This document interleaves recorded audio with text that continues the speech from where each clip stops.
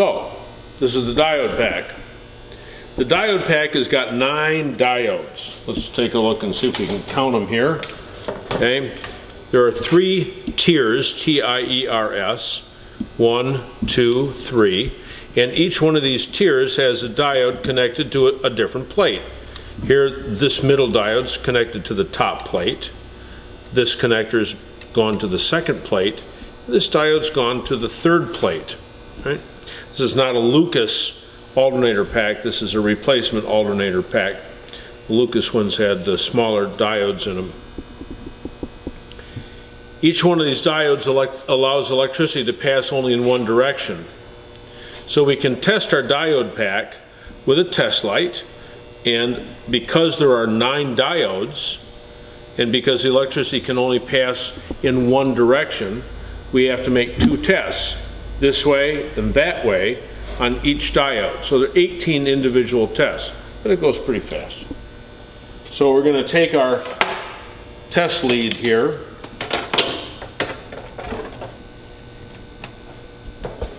Well, let me see if I can get a good connection. What's the first thing you do with your test equipment? Test it. Okay? Our light works. So let's hook our connector here to the bottom plate. No continuity, no continuity, no continuity. Fair enough, because the bottom plate is different from the middle and the top plate. Let's try the middle plate. We got continuity, continuity, continuity. Cool. Now the top plate should act the same as the middle plate. Continuity, continuity, continuity. Hey, how cool is this? So there we've tested each one of these plates and each one of these tiers. So we're going to reverse the position on our battery. And now we should have exactly the opposite result. If I can get my test light to hang on to my connectors there. Okay, so let's start at the bottom. Before, remember that it was no continuity. So we've got no continuity before. So we've got continuity now, continuity now, continuity now. Hey, how cool is that? We should have no continuity, no continuity, no continuity, and we should have no continuity, no continuity, no continuity. This guy is good. He's good. What's he doing in my box of used stuff? Let's try another one here. Do I have another one? I just put him someplace. Oh gosh, too late in the afternoon. I can't remember. I had those. Here we go. Here's one. So this should act the same way. We've got, now here we've got tiers, T-I-E-R-S. We've got tiers. Here's one tier here. So we got a continuity. Continuity in the middle. Oh, come on. Continuity in the middle. Continuity on bottom. Okay. And then we go up to our next one, we should have none. I can't tell the tiers apart here, nor can you looking through this camera. We've got none, but look at this. A physical examination will show us that, well, maybe this isn't the one I was thinking of. Yeah, there it is. Can we see down inside here? See how he's loose? This diode is loose, burned away from the plate. Well, he isn't gonna work for us. So a physical examination is necessary too. What else can we take a look at? We can take a look at the slip ring on the back of the rotor. Some of them look pretty good. He looks really nice. You want to make him look nicer? Well, you can polish him up. Make him look like that. Ooh, isn't that sweet? But this one's got a hole in it or something. I'm not exactly sure what this divot is down here, but it isn't suitable. we can look at the bearings. Look at this bearing here. This bearing isn't any good. It's thrown its cage, you know, so that's toast.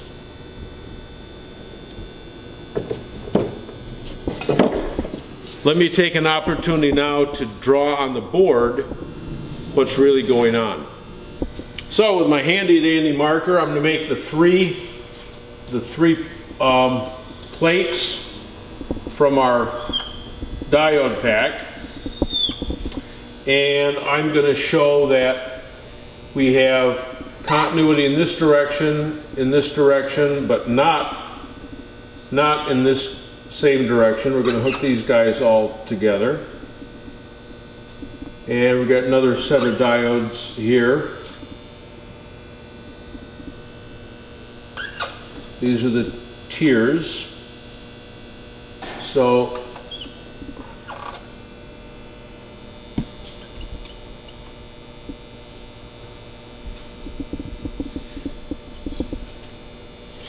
our field, or our stator, which is a series of windings that are connected together.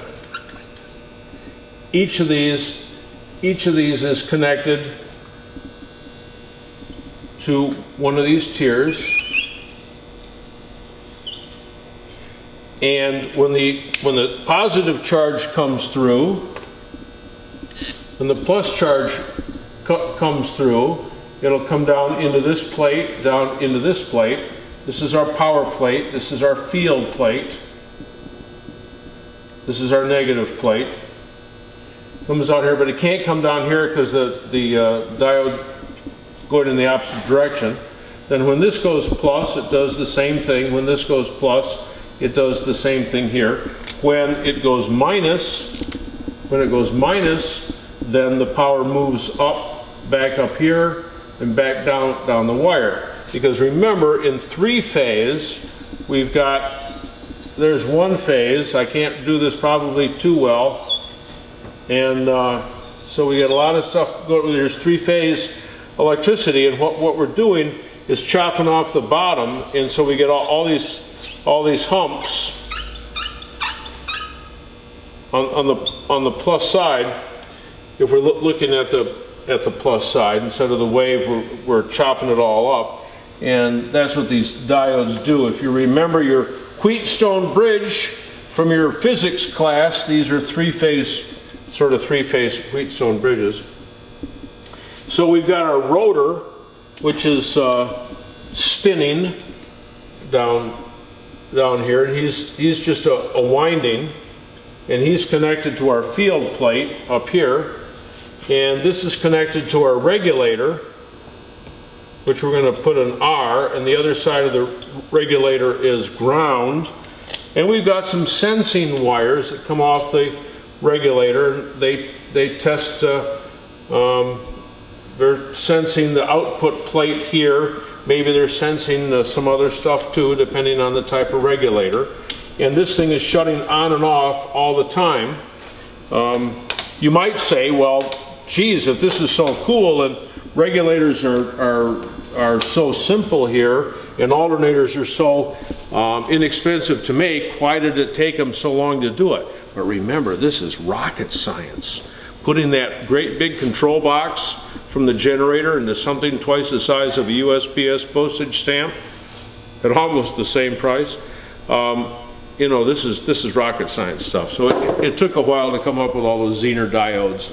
I mean, the transistor wasn't invented until about what, 1952, the first one available, the CK722, offered by Allied Radio Shack, wasn't available until about 1959.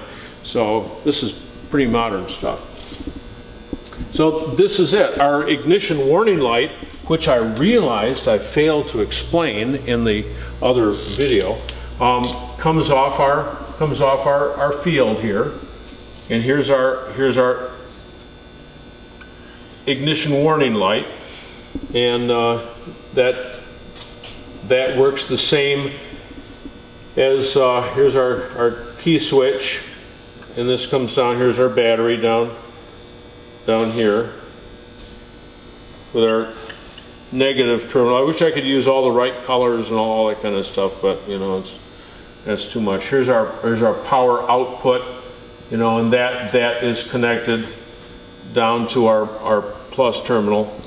There's our minus terminal. That goes to minus just through the chassis ground.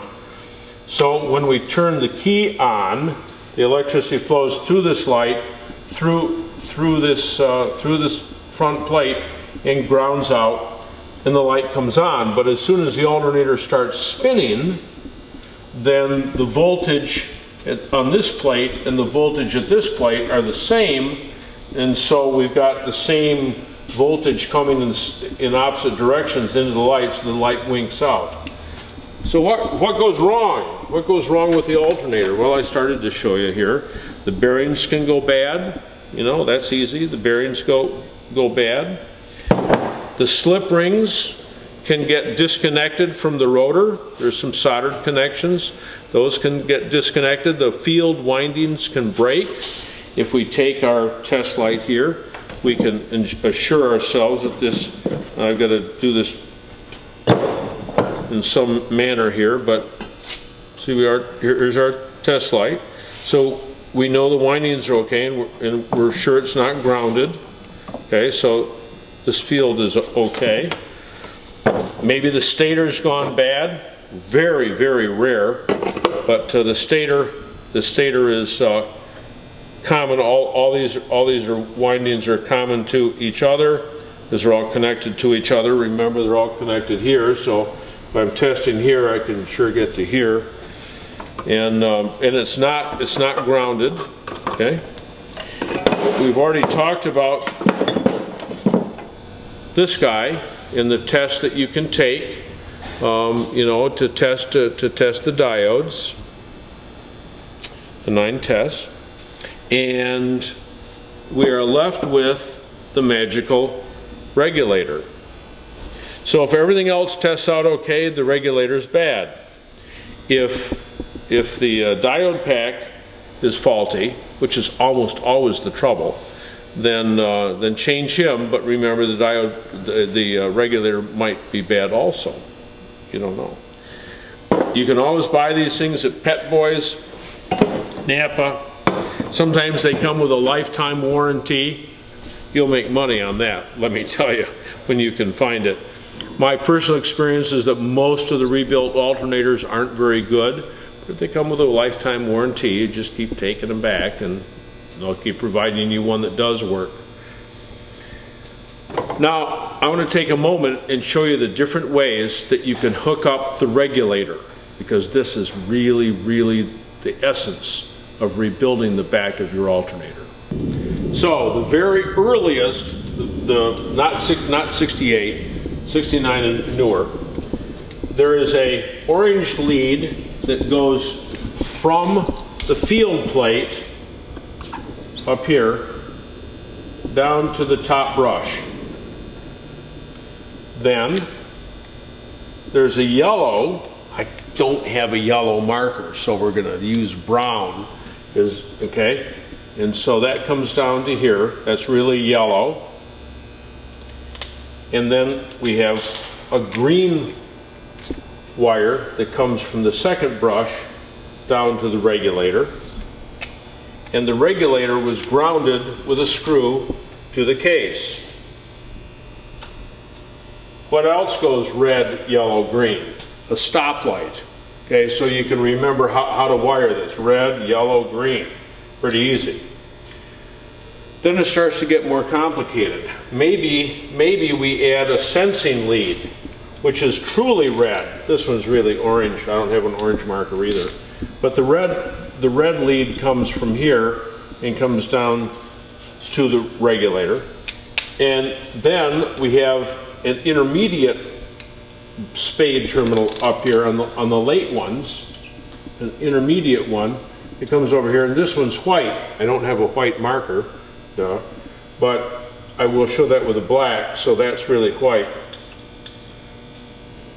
And the green wire was lost pretty early on, and that just became a strap, just a metal strap that went over and connected to the housing of the regulator itself, and the regulator then had a black lead that came up and grounded up here.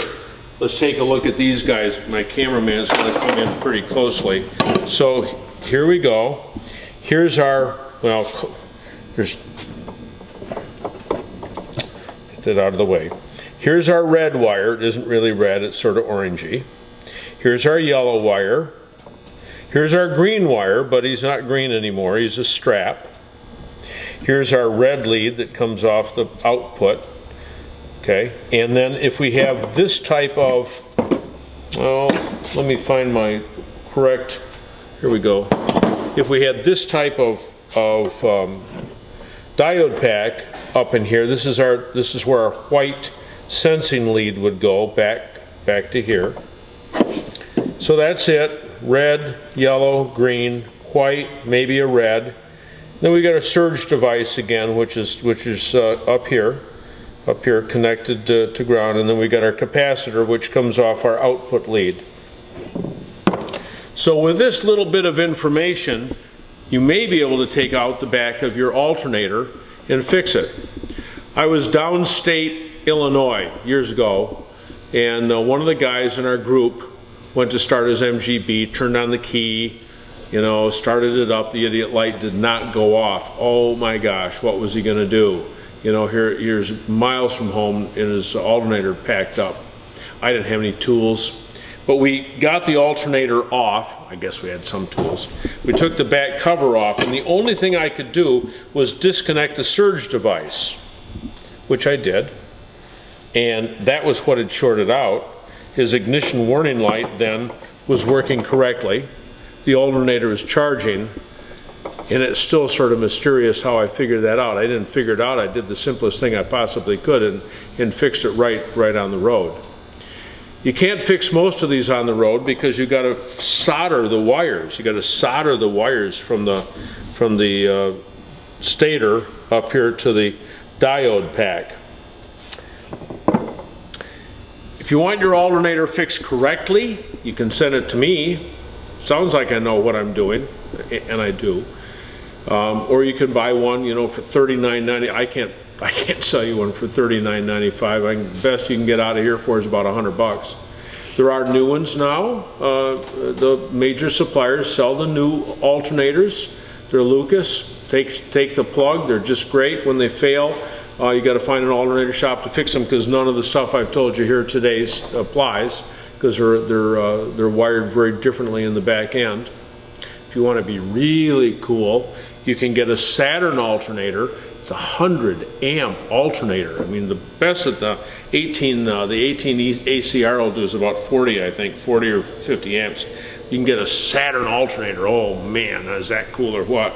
Ooh, ooh, ooh. But remember, your wiring in your car isn't set up to take 100 amps, and that'll melt, and there'll be trouble. But there's some stuff you gotta take the case apart and rotate something 120 degrees and put one of our pulleys on the front end. But oh boy, it will work. We did that on several cars in the past. If you have any questions, you can always call University Motors during our technical time, please, which is between 1 and 2, Monday through Friday. I'm happy to answer your questions. And stay tuned and keep watching, because we'll have more about Lucas Electrics. Our next installation will be about the starter motor. So until then, safety fast.